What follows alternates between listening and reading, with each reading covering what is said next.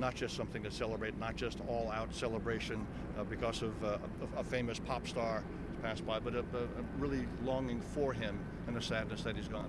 I think really what people are thinking, Michael was a part of everyone's life. You know, people grew up with him, and I just think they adopted him as their own family member. And knowing that, you know, he was a pop star, you know, king of pop, but I think people just treated him as a family member. So I think that's why so many people are touched. Right, great. Well, thanks for stopping by, Cheryl, TJ. Thank Good you. luck to both of you. Thank you. Fans piling out right now from the Staples Center. A lot of them, and as we said before, somewhat subdued crowd, but everybody really thrilled that they were able to be here. Brian? Our thanks to them as well, and to you, Mike Taibbi, who's out here just behind us. The sea of people, a great sea of people coming out of this arena inside. We tried to get there. We can get there now. NBC's Lee Cowan, who was inside for all of it. Lee?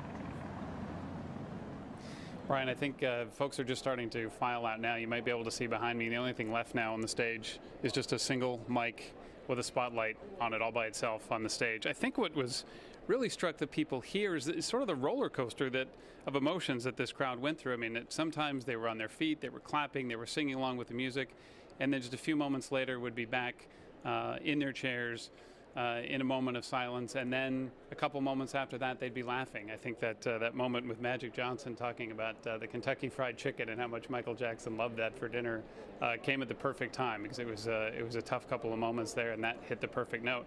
I think the other thing really is as Josh alluded to, the fact that this all came off so quickly, and apparently it seems without any hitch. I mean, this was certainly not a rudimentary production. There was a lot going into this, and the fact that they pulled it all together so quickly and it came off the way it did, I think really is a testament to the promoters here and also to the Jackson family in the midst of everything else that they had going on.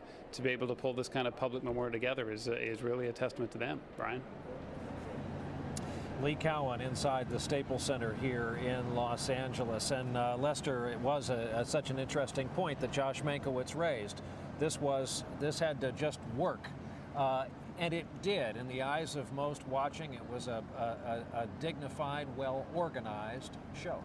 Absolutely, and you know, there wasn't a lot of big production here. It was people speaking from their heart and singing from their heart. But, you know, we've talked about what happened in there. To me, what I'll remember perhaps most of this day is not just that, but watching people with their hands up in the air in New York City, in London, swaying to We Are the World, a song that Michael Jackson wrote with Lionel Richie.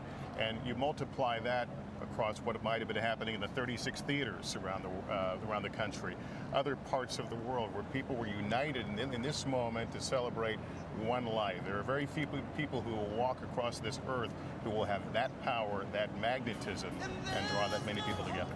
And what we were doing here today is noting this moment, this surge, and this remembrance of these deeply held memories, deeply held affection by a huge slice of the American population, the world population.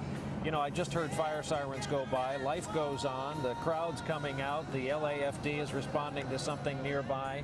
Do you think as time passes, days, weeks, months, years, the look back at Michael Jackson fuzzes up the bad a little bit, becomes more affectionate, more about his music, less about all the freakish things, the physical appearance, the personal behavior we all know well? Sure it does, because I think the tabloid nature of this story, that part has a finite, it has a limit.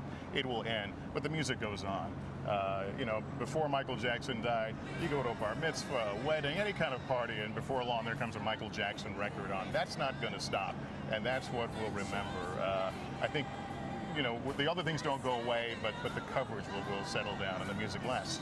And you, I assume, join me in noting that the tone in at least some of the remarks kind of defensive in advance of some of the criticisms they might hear. Yeah, and that's been the battle. I mean, you and I have interviewed several people along the way over the last couple of weeks who say, well, you should only concentrate on the music. Right. Well, that's not our job. Obviously, we have to cover all aspects of what made him famous and in some cases infamous. Well, that's going to do it for our coverage here at the Staples Center in Los Angeles. We will have a full wrap-up of this, of course, and the other day's news tonight on NBC Nightly News from our Los Angeles bureau. Continuing coverage now goes on MSNBC on cable, and MSNBC.com, where you can share your thoughts, continue to, about what we've witnessed here today. We will also be airing a special edition of Dateline. That's tonight at 10/9 Central. That'll be anchored by my colleague Lester Holt. And on behalf of Lester and our entire staff here, we want to leave you now with one of the more memorable performances of Michael Jackson's own song, I'll Be There, as we saw it displayed here on stage at the Staples Center behind us. So on behalf of our entire team here, I'm Brian Williams. Thank you for being with us.